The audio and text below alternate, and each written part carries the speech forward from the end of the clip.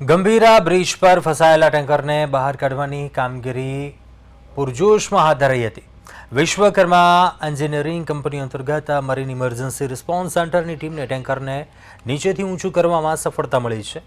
Capsule balloon ટેકનોલોજીનો ઉપયોગ કરીને આ ટેન્કરને બહાર નીકાળવામાં આવી રહ્યું છે. જ્યારે ગંભીરા બ્રિજ દુર્ઘટનાને 27 દિવસ થયા અને 27 દિવસ સુધી આ ટેન્કર બ્રિજ ઉપર ફસાયેલું હતું અને 27 દિવસ બાદ આખરે મરીન ઇમરજન્સી રિસ્પોન્સ ટીમને ટેન્કર નીચેથી ઊંચું કરવામાં સફળતા હાથ લાગી અને ટૂંક સમયમાં આ ટેન્કરને પણ બહાર ખેંચવામાં આવ્યું. જે અપડેટ સામે આવી છે, મરીન રિસ્પોન્સ ટીમ સાથે સ્થાનિક પ્રશાસન પણ આ કામગીરીમાં જોડાયેલું છે.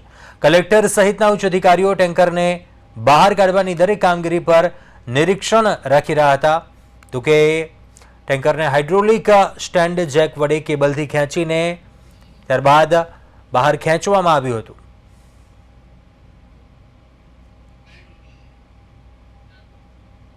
ગંભીરા બ્રિજની દુર્ઘટના પછી ઘણા છેલ્લા 20 દિવસથી અહીંયા ટ્રક ફસાયેલું હતું, જે એક વહીવટી તંત્ર માટે તો એક મોટી પડકાર પણ હતી, કેમ કે ટ્રક ઉપર કોઈ પણ પ્રકારના લોડનો ઉપયોગ કર્યા સિવાય આ ટ્રક કાઢવાનું હતું. સરકારશ્રીના માર્ગ અને વકાન વિભાગ તરફથી MERC marine emergency response centre, જે કે વિશ્વકર્મા ગ્રુપનો એક કંપની છે અને જે ઓલરેડી આખા સમગ્ર ઇન્ડિયામાં જ્યારે પણ કોઈ પણ સમુદ્રમાં ઇમરજન્સીની બાબત આવે છે તો જે હંમેશા ખડે પગે ઊભો રહીને કામ કરતી કંપની છે.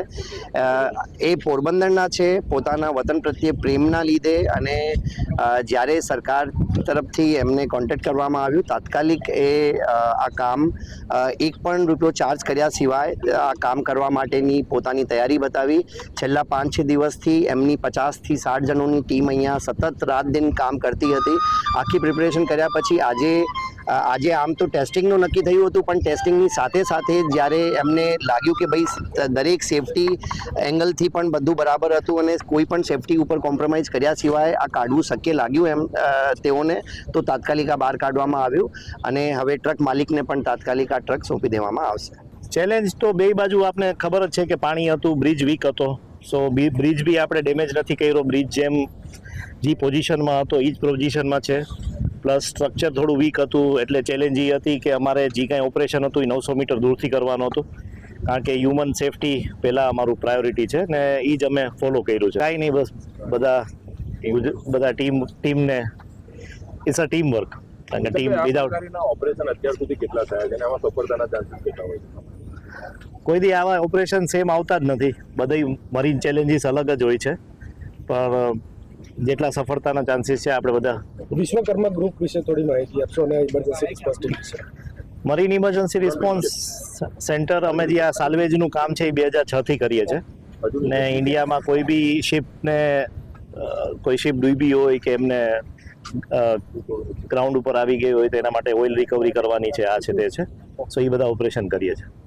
27 દિવસ પહેલા આણંદ ને વડોદરાને જોડતો ગંભીરા બ્રિજ જે છે એનો એક ભાગ ધરાશાયી થયો હતો અને ત્યારબાદ આ જે બ્રિજના જે પિલ્લરના જે ભાગ પર છે ત્યાં આગળ એક ટેન્કર જે છે લટકી ગયું હતું અને ટેન્કર પણ એ રીતે લટક્યું હતું કે જેને લઈને ટેન્કરને બ્રિજની ઉપર લાવીને બ્રિજ પરથી બહાર લાવવાનું મુશ્કેલ હતું, જેને લઈને જે આખું તંત્ર છે તે કામે લાગ્યું હતું, પણ કોઈ પણ પ્રકારની જે ટેકનોલોજી છે એ કામમાં નહોતી લાગતી, કારણ કે જે પ્રકારે પિલ્લર ઉપર આખો મોટા ભાગનો ટ્રકનો ભાગ આવી ગયો હતો અને માત્ર પાછળના જ પૈડા જે હતા ટ્રકના એ બ્રિજના જે સપાટી છે એની પર હતો, એટલે બ્રિજને નીચેથી ઉપર લાવવાનું મુશ્કેલ હતું. પરંતુ જે મરીન જે કંપની છે એટલે કે Vishwakarma marine emergency response centre જે ટીમ છે તેમના દ્વારા આ બીરું ઝડપવામાં આવ્યું અને આખરે આજે 27 દિવસ બાદ ટેન્કરને બ્રિજ પર લાવવામાં સફળતા મળી છે. આ તમે જે આ આખી પ્રોસેસ જે છે, આ જે ટેકનોલોજી, જે અદ્યતન ટેકનોલોજી છે મરીનમાં વાપરવામાં આવે છે, એટલે કે જે જહાજમાં જે ટેકનોલોજીનો ઉપયોગ કરવામાં આવે છે એ ટેકનોલોજીના માધ્યમથી આ જે બ્રિજ પર લટકેલું જે ટેન્કર છે એને આજે આખિરકાર ઉપર લાવવા, બ્રિજની ઉપર લાવવામાં સફળતા મળી ગઈ છે. આખું આ 200 ટનથી પણ વધારેના જે આ જેકના જે મશીન છે જેનાથી લિફ્ટ કરવામાં આવ્યું હતું, જે બ્રિજ પર લટકેલું જે ટેન્કર છે જેને લિફ્ટ કરવામાં આવ્યું હતું.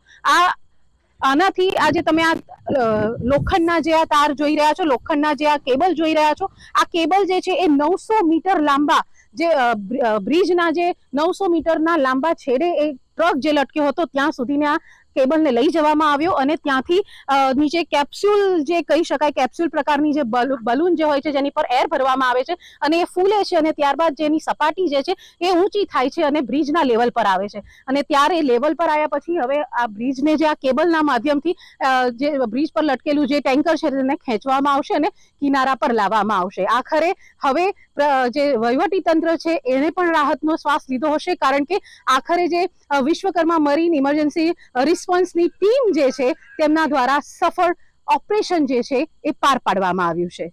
હેતાલી શાહ, પ્રદેશ 24 ગુજરાતી, આણંદ.